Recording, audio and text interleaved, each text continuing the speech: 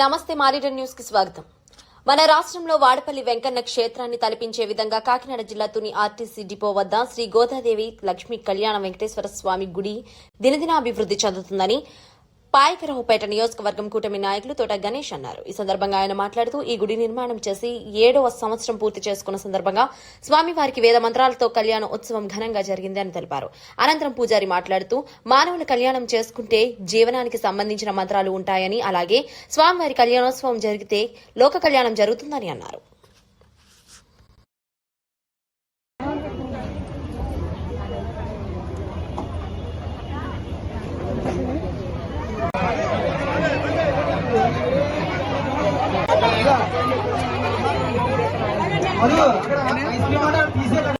ఈరోజు Tuni RTC complex వద్ద శ్రీ గోదాదేవి మహాలక్ష్మి సమేత కళ్యాణ వెంకటేశ్వర స్వామి దేవాలయంలో ప్రతి వారం కూడా ఎంతో ఘనంగా అన్న సమారాధన కార్యక్రమం అక్కడ కమిటీ వారు ఏర్పాటు చేయడం జరుగుతుంది.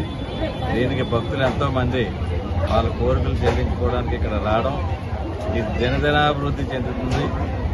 ఇక్కడ ఏంటంటే మన ప్రాంతంలో ఇక్కడే ఉన్న తూర్పుగోదావరి జిల్లాలో వాడపల్లి వెంకటేశ్వర స్వామికి ఏ విధంగా ప్రజలు తండోపతండాలుగా వెళ్తున్నారు.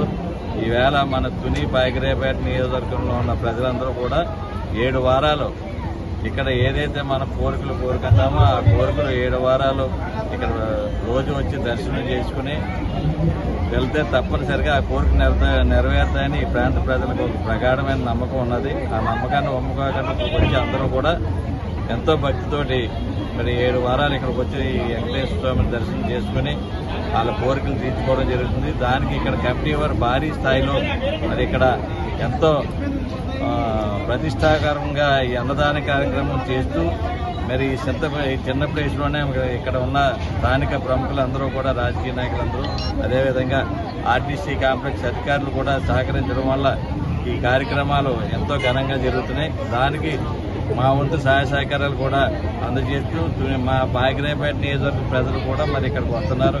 ఇందులో కమిటీలో కూడా ఉన్నారు కాబట్టి మరొకసారి ఆ భగవంతుడి యొక్క వెంకటేశ్వర స్వామి యొక్క ఆశీస్సులు ఇచ్చి ప్రతి ఒక్కరు కూడా ఆయన దీవెనలు తీసుకుని ఆయన కోరికలు తీరే విధంగా ఇక్కడ ఈ దేవుణ్ణి వెంకటేశ్వర స్వామిని మరి వేడుకోవాల్సిందిగా కోరుకుంటూ ప్రతి ఒక్క భక్తుడిని ఈ సందర్భంలో మరి ఈ మీడియా ద్వారా తెలియపరుస్తున్నాను.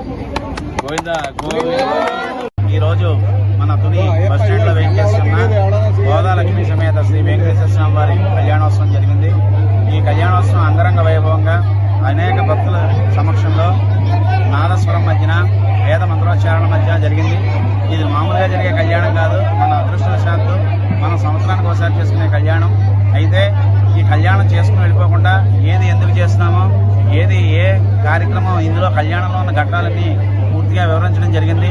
ఆ మంత్రార్థాన్ని చెప్పడం జరిగింది. మనం కళ్యాణం చేసుకుంటే మన జీవనానికి కారణభూతమైనటువంటి మంత్రాలు ఉంటాయి. అదే భగవంతుడు చేసింది అయితే లోక కళ్యాణం కోసం చేశారు. అలాగే రక్షాబంధనం కట్టినప్పుడు కూడా స్వామి లోకరక్షణ హేతున అని చెప్పేసి చెప్తాడు. ఈ రకంగా ఏదాని ధర్మ ప్రజా సంపద్యంతం, ధర్మాన్ని ప్రజల్ని సంరక్షించడం కోసమే నేను ఈ అవతారాలు ఎత్తడం కానీ ఈ కళ్యాణం చేసుకోవడం కానీ చేయడేశానని చెప్పారు. అటువంటి మంగళకరమైన శ్రేయోపదాయకమైన అందరికీ శుభాలు చేసేటటువంటి కళ్యాణోత్సవాన్ని చేస్తూ ఉన్నాం. చాలా ఆనందంగా ఉంది. అందరూ కూడా స్వామివారి యొక్క ప్రసాదాలు తీర్థము ఆ యొక్క తలంబరాలు తీసుకుని ఆనందంతో వెళ్తున్నారు. చాలా వైభవంగా జరిగింది కళ్యాణం. జయ శ్రీమన్నారాయణ.